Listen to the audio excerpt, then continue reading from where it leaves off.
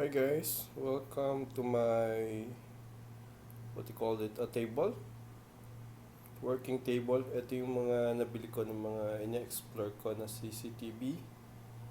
So meron ako ditong isang NVR, kakabili ko lang, and then yung isa DVR. Ito siya. So, ito yung aking monitor. Ito yung aking mga pinagkakabisihan. Tapos meron akong mga tinetesting IP camera. Tapos ayun pa yung isa. And then meron pa rin akong ibang camera pa na yan. Ayun yung box ko ng NVR ko. So ito yung mga iba-vlog ko sa mga susunod. So kung gusto yung mga ibang detalye, so samahan nyo ako sa pag-explore ng mga CCTV system. Isang NVR at isang DVR. Yun lang. Bye-bye. Salamat.